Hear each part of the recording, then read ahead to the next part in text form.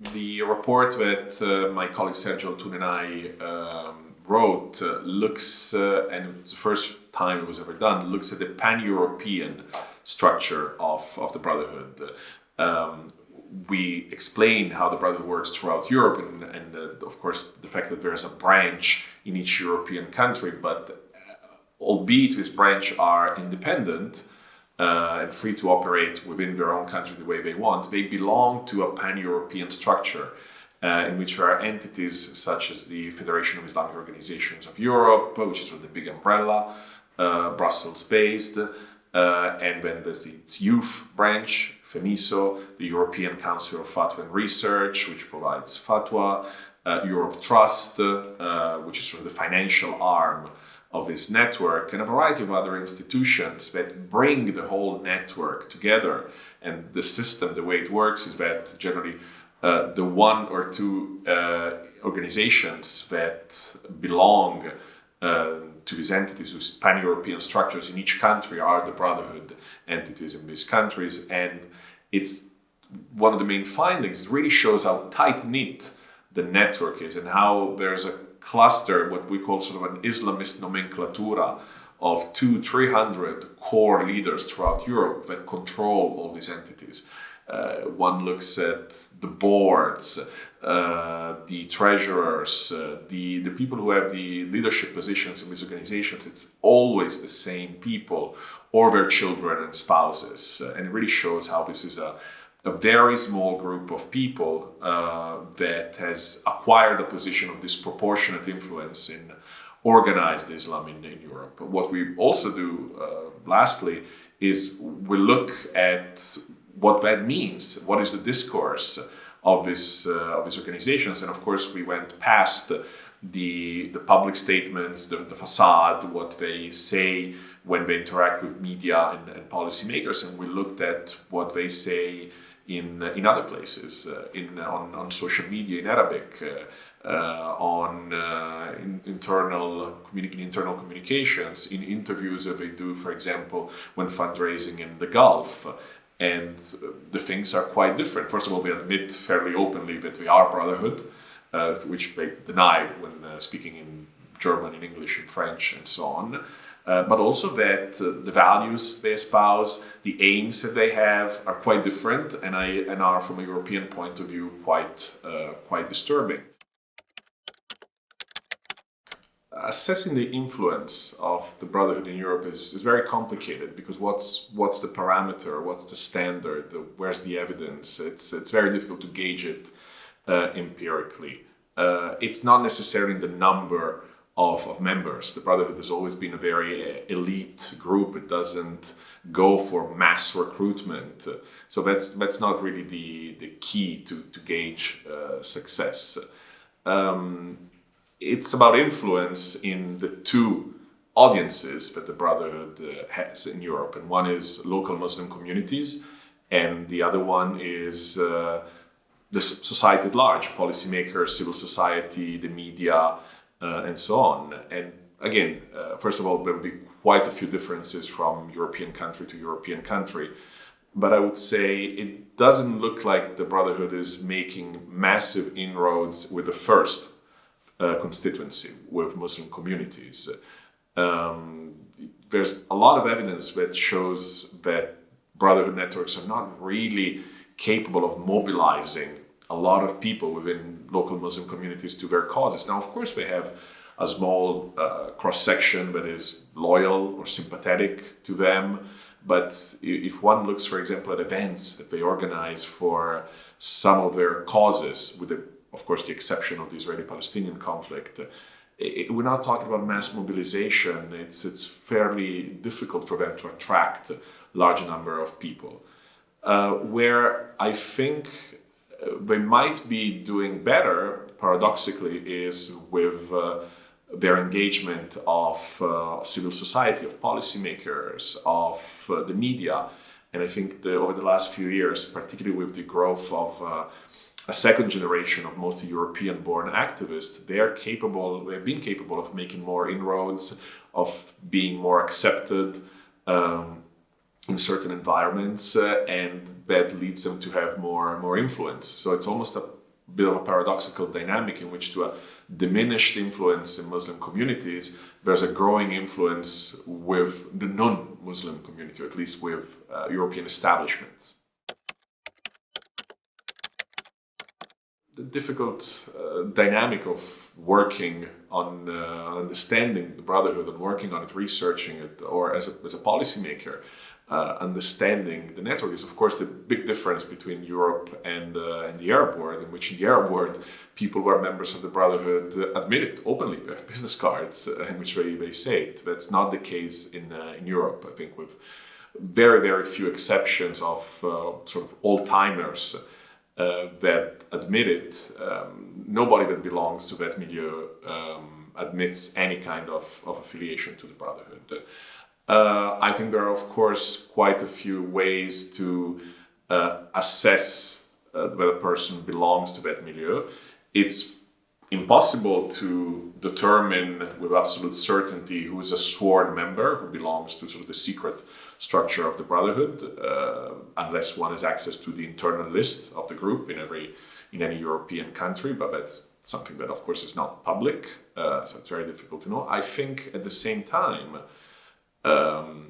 one can find a variety of indicators then, when put together, show whether an individual or an organization belongs to that milieu.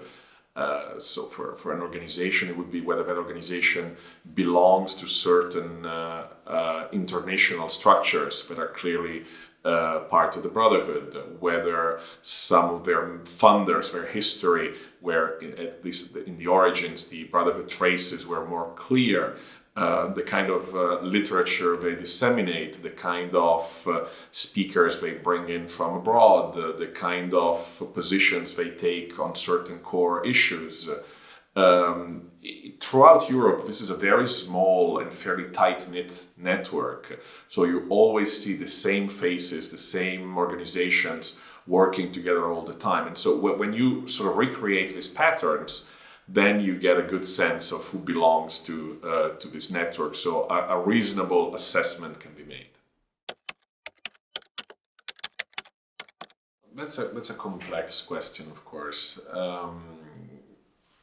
I said earlier that there is a role that the narrative that comes from the Brotherhood plays in violent radicalization. The message of victimhood combined with the justification of violence creates this fertile environment for further radicalization. I think that's something, for example, that most security services throughout Europe agree on. At the same time, of course, there's no denying that the Brotherhood condemns attacks in Europe.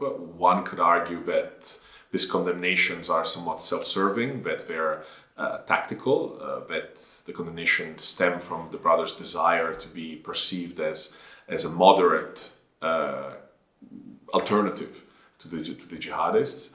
Or that in general the assessment coming from Brotherhood milieux is that terrorist attacks in the West are silly, are not a tactic that will lead to any useful result, and the jihadists are engaging in something that is counterproductive. But the condemnation of violence is not from a moral, ethical point of view. But there's no denying, of course, that there is quite a bit of an animosity between the jihadist world and the Brotherhood world, in which the former accuses the brothers of having compromised too much, of having abandoned the true path of jihad, and of engaging in politics and in while abandoning violence and engaging in preferring ballots to bullets. So it's a complex relation. It works both ways.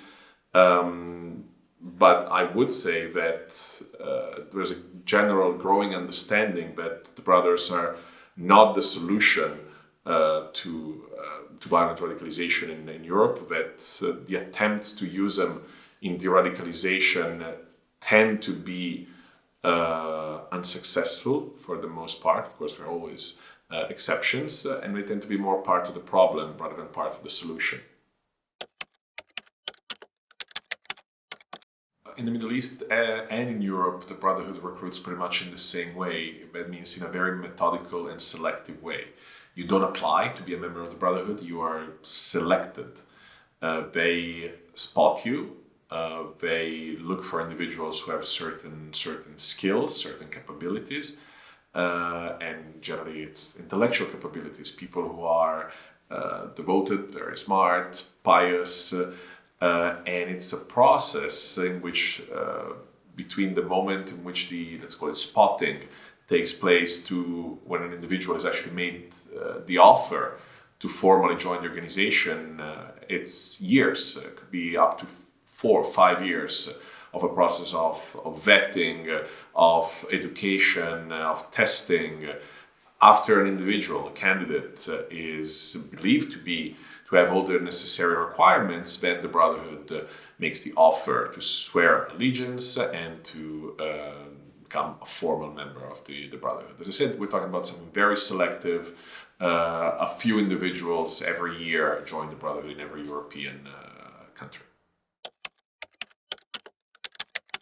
Well, every country, of course, has its own assessment, its own cultural, historical, legal features that make the approach to the Brotherhood different. So dynamics change from country to country. I would say, of course, that over the last 2 or 3 years, there's been a relative change in the way most continental European countries have started to see the Brotherhood, so in more negative terms. The security services throughout Europe have always been on the, let's say, pessimistic side of things when it comes to the Brotherhood, having very publicly assessed the Brotherhood to be a problematic organization from both a social cohesion and a security, in the sense of an indirect threat to European security that is consistent, as I said, throughout continental Europe.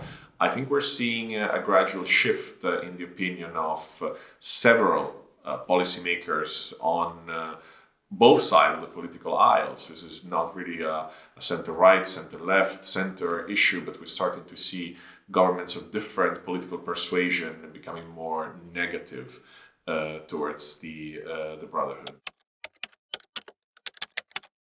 There are 4 main categories, I would say. The first way the brothers get their funding is through the community, raising funds to the community through a variety of tactics, whether it's charities that do work overseas, or simply the zakat box, collection box at the entrance of the mosque, so money from the community.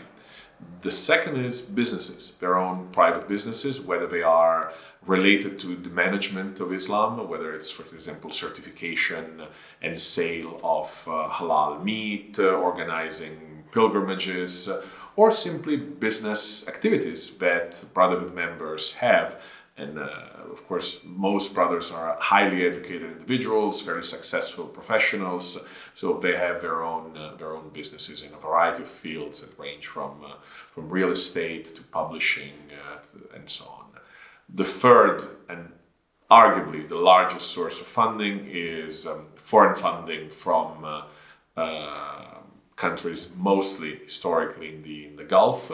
Over the last few years, that boils down largely to Qatar and to a lesser degree Kuwait, and although things get a bit more complicated from Turkey. But of course, with the dynamics that are often very difficult to assess. The fourth source of funding, arguably the smallest, but I would say politically the most interesting, if you will, is funding that comes from European governments and European institutions.